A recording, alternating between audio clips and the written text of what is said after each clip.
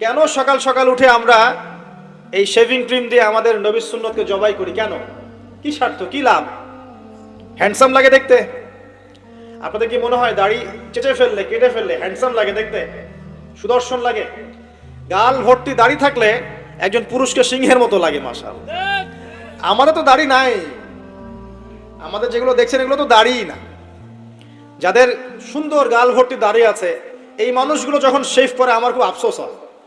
আহা, বেচারাকে কত সুন্দর দাড়ি আল্লাহ পাক দিয়েছেন, প্রত্যেক দিন শেভ করা শুরু করেছে। অথচ আপনি দাড়ি ছেড়ে দিলে আপনার চেহারার ব্যক্তিত্বটা বাড়বে, সুন্দর লাগবে, স্মার্ট লাগবে, হ্যান্ডসাম লাগবে, সিংহের মতো লাগবে। মুসলিমরা কি ভীরু কাপুরুষ জাতি?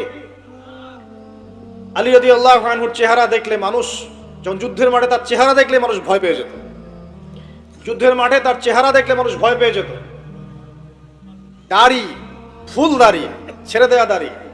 এবং তিনি যখন গর্জন করতেন যুদ্ধের মাঠে, যে প্রতিপক্ষ যখন থাকতো আহ্বান করতেন, কে আছে সামনে আসো, সাহস থাকলে আমার সামনে আসো। এই গর্জন শুনেই মানুষ ভয়ে তার সামনে আসতো না।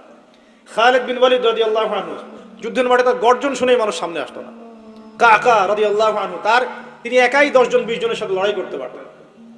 বলা হতো যে যে সেনাবাহিনীর মধ্যে কাকা রাদিয়াল্লাহু আনহু আছে, ওই সেনাবাহিনী কখনো পরাজিত হয় না। বলা হতো, এটা প্রবাদ ছিল। ভর্তি দাড়ি ছিল না। সাহাবীরা কি শেভ করতেন? কোনদিন দেখেছেন কোন হাদিসের মধ্যে সাহাবীরা শেভ করেছেন? কারণ নবীর সুন্নতটা কি আগে নিজের দেহে আনতে হবে না? নিজের দেহে যদি সুন্নত না আনতে পারি, মানুষকে সুন্নত শেখাতে পারবো? ওয়াদা করা যাবে এখন যে আমরা ইনশাআল্লাহ দাড়ি শেভ করবো না? ওয়াদা করা যাবে? দাড়ি রাখলে চাকরি পাবেন না?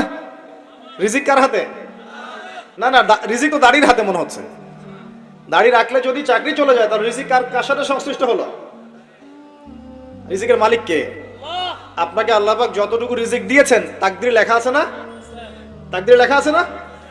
তাকদিরে লেখা আছে যেটা, সেটা কি আপনি না খেয়ে মরবেন নাকি? এটা আপনার তাকদিরে থাকে যে আপনি 50 বছর বাঁচবেন, আর 50 বছরে আপনি 500 মণ চাল খাবেন, কথার কথা। ওই চালের এক দানা বাকি থাকতে আপনি মরবেন?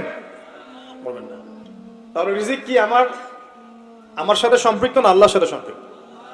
এই বিশ্বাসটা করতে হবে তো। দাড়ি রাখলে কি মেয়েরা পছন্দ করবে না নাকি? বলেছে যে বিয়ে করবো না দাড়ি রাখলে, এমন কথা বলেছে? যদি কোনো মেয়ে এরকম কথা বলে, ওই মেয়েকে বিয়ে করার দরকার নেই আপনার। যদি কোনো মেয়ে আপনাকে বলে যে দাড়ি রাখলে ভালো লাগে না, শেভ করতে হবে, না হলে বিয়ে হবে না, বিয়ে করবো না, ওই মেয়েকে বিয়ে না করাই উচিত আপনার। ওর তো মানে আপনাকে বিয়ে করার যোগ্যতাই হয়নি, ওর তো যোগ্যতাই হয়নি আপনাকে বিয়ে করার। সেটা দাড়ি নিয়ে প্রশ্ন তুলছে। যে মেয়ে বলবে যে নবীর সুন্নত আছে এজন্য আপনাকে পছন্দ করি, তখন বুঝবেন যে হ্যাঁ, এই মেয়ের মধ্যে ভালো কিছু আছে। যেই মেয়ে দেখবে যে আপনি নামাজি কিনা, যেই মেয়ে দেখবে আপনি নামাজি কিনা, দাড়ি আছে কিনা, ইমানদার কিনা, দিনের জন্য কিছু করেন কিনা, হালাল খান কিনা, ওই মেয়ে ইনশাল্লাহ আপনার ঘরে শান্তি দিবে। আর যেই মেয়ে আপনাকে দেখবে আপনার কত বড় সম্পত্তি, কতটা বড় জমি, কত বড় চাকরি, সুদ খান কিনা ওর কোনো আসা যায় না, টাকা হইলেই হইলো, এগুলোকে ঘরে ঢুকালে অশান্তি। অশান্তি কি চাচ্ছেন? শান্তি না অশান্তি? নবী সাল্লাল্লাহু আলাইহি ওয়াসাল্লাম বলেছেন, দিনদারিতা দেখে মেয়েদেরকে বিয়ে করো। কি দেখে? একই বিষয় ছেলেদের জন্য মেয়েদের জন্য সেম। ছেলে দেখতে হবে দিনদার কিনা, মেয়ে দেখতে হবে দিনদার কিনা, পর্দা করে কিনা, দিনদারিতা আছে কিনা। দুনিয়ার এই ছোটখাটো বিষয় যদি দেখেন, তুচ্ছ বিষয়গুলো, একদিন না একদিন আপনি পস্তাবেন কিন্তু। আর যদি আপনি দিনদারিতা দেখেন, ইনশাআল্লাহ আপনি কোনোদিন পস্তাবেন না ইনশাআল্লাহ। আল্লাহ পাক তৌফিক দান করুন।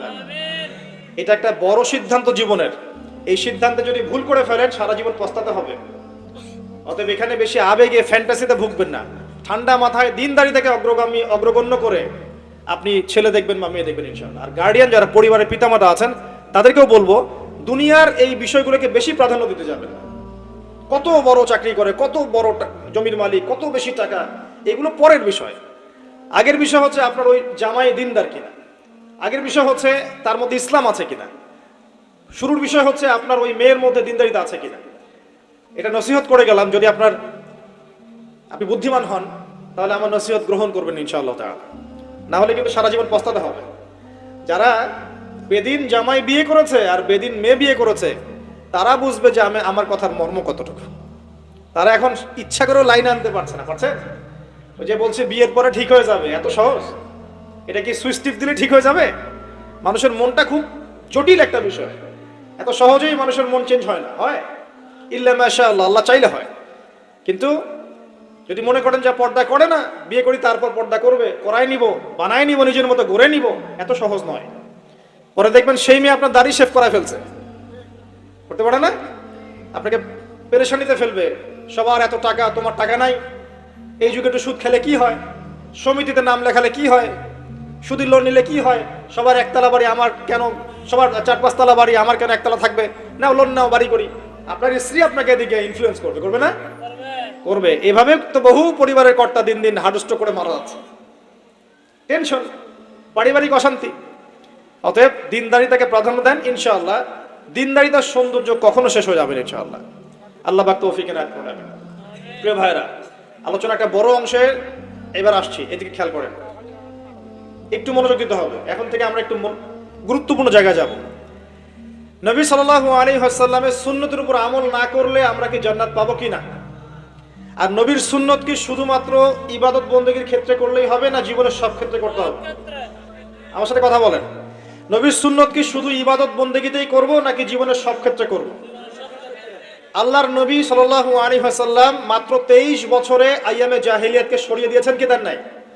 আইয়ামে জাহিলিয়াতের শিরক, ওখানকার আপনার সুদ, ওখানকার আপনার জেনা, ওখানকার মাদক, ওখানকার গোত্রীয় হানাহানি 23 বছরের মধ্যে পরিবর্তন হয়েছে কিনা? যখন মক্কা বিজয় হয়েছে তখন কি ওই মক্কার মধ্যে কোনো শিরক ছিল, কোনো মূর্তি পূজা ছিল, কোনো সুদ ছিল, কোনো মেয়ের সাথে খারাপ আচরণ করা হয়েছে, কোনো ধর্ষণ হয়েছে, কোনো ব্যভিচার, গোত্রীয় হানাহানি, না সবাই ভাই ভাই হয়ে গেছে? 23 বছরের মধ্যে আল্লাহর নবী কি এমন করলেন যাতে একটা অন্ধকারাচ্ছন্ন সমাজ আলোকিত হলো? কি এমন করলেন, কে বলতে পারবে? 23 বছরের মধ্যে আল্লাহর নবী কি এমন করলেন? তিনি কি কোনো জাদু করেছেন? তিনি কি মানুষকে বশ করেছেন? তিনি কি আল্লাহর ফেরেশতাদেরকে দিয়ে জোর করে মানুষকে দিনের দিকে নিয়ে আসছেন? তিনি কি মানুষের গলায় ছুরি ধরে ইসলাম কবুল করিয়েছেন? এই কোনো কাজে আমাদের নবী মুহাম্মদ সাল্লাল্লাহু আলাইহি ওয়াসাল্লাম করেন নাই, করেছেন?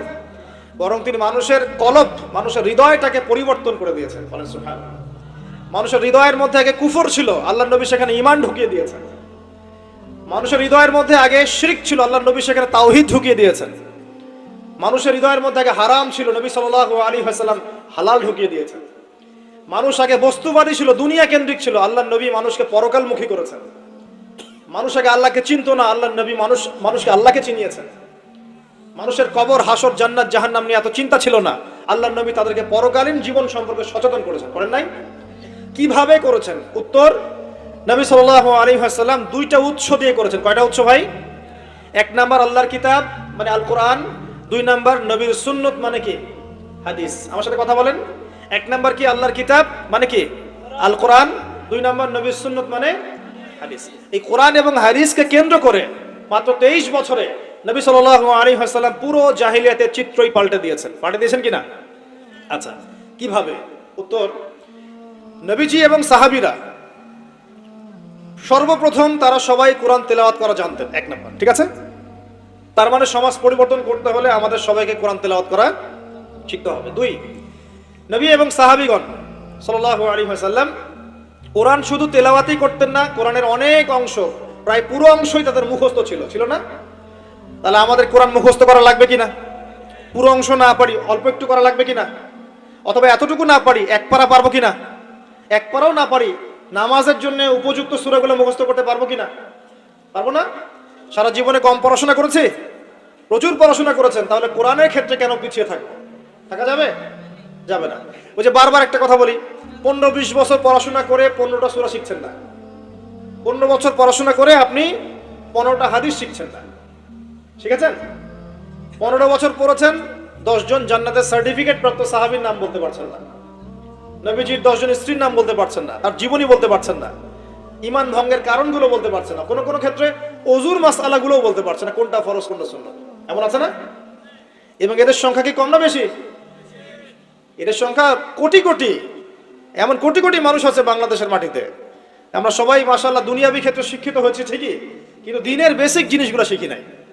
আপনি দেখবেন, আমি দেখাবো। কে আছেন বলেন জান্নাতি 10 জন সাহাবীর নাম বলতে পারবেন? একজন ব্যক্তি দাঁড়ায় যান দেখি, এটা বলতে পারেন আমার পক্ষ থেকে নগদ 1000 টাকা পুরস্কার। জান্নাতি 10 জন সাহাবী এই দুনিয়াতেই তারা জান্নাতের সার্টিফিকেট পেয়েছেন।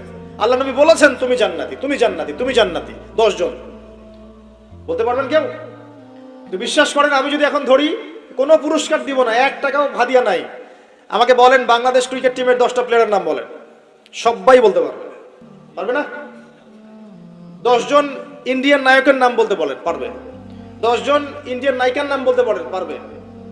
10 জন আর্জেন্টিনার প্লেয়ারের নাম বলতে পারেন, পারবে। 10টা ব্রাজিলের প্লেয়ারের নাম জিজ্ঞাসা করেন, পারবে। এগুলো পারবে তারা, পারবে কিনা? সত্যি কথা বলেন, পারবে কিনা? অবশ্যই পারবে।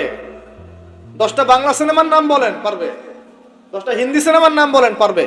পারবে কিনা? সত্যি কথা বলেন, পারবে কিনা? অবশ্যই পারবে। না পারলে তো আলহামদুলিল্লাহ, আপনার জন্য দোয়া থাকবে যে পারেন নাই। কিন্তু বেশিরভাগ ছেলে পেলেই পারবে, বেশিরভাগ মেয়েই পারবে।